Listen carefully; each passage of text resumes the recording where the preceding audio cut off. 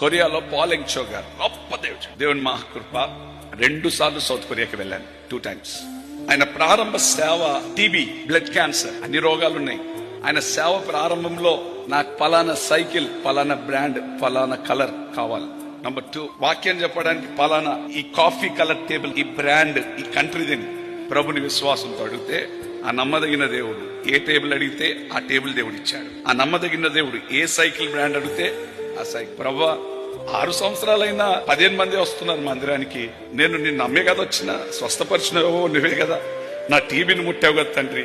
నాకు ఇది కాదు. ఈ సౌత్ కొరియాలో ఉన్న బుద్ధిస్టులందరూ 90% కాదు 100% క్రిస్టియన్ కంట్రీ అయిపోవడం మనం మాత్రమే కాదు, ప్రపంచంలోనే నాకు ఒక అద్భుత మందిరం, కొంతమంది లక్షల మంది ఆరాధన చేసే మందిరం కావాలని అడిగితే నమ్మదగిన దేవుడు అడిగినట్లుగానే లక్షల మంది ఆరాధన చేసే మంచి మందిరాన్ని, ఎవ్రీ సండే సర్వీస్ 11 lakhs, 11 లక్షల మంది, 1 round కి 1 lakh, 1 round కి 1 lakh.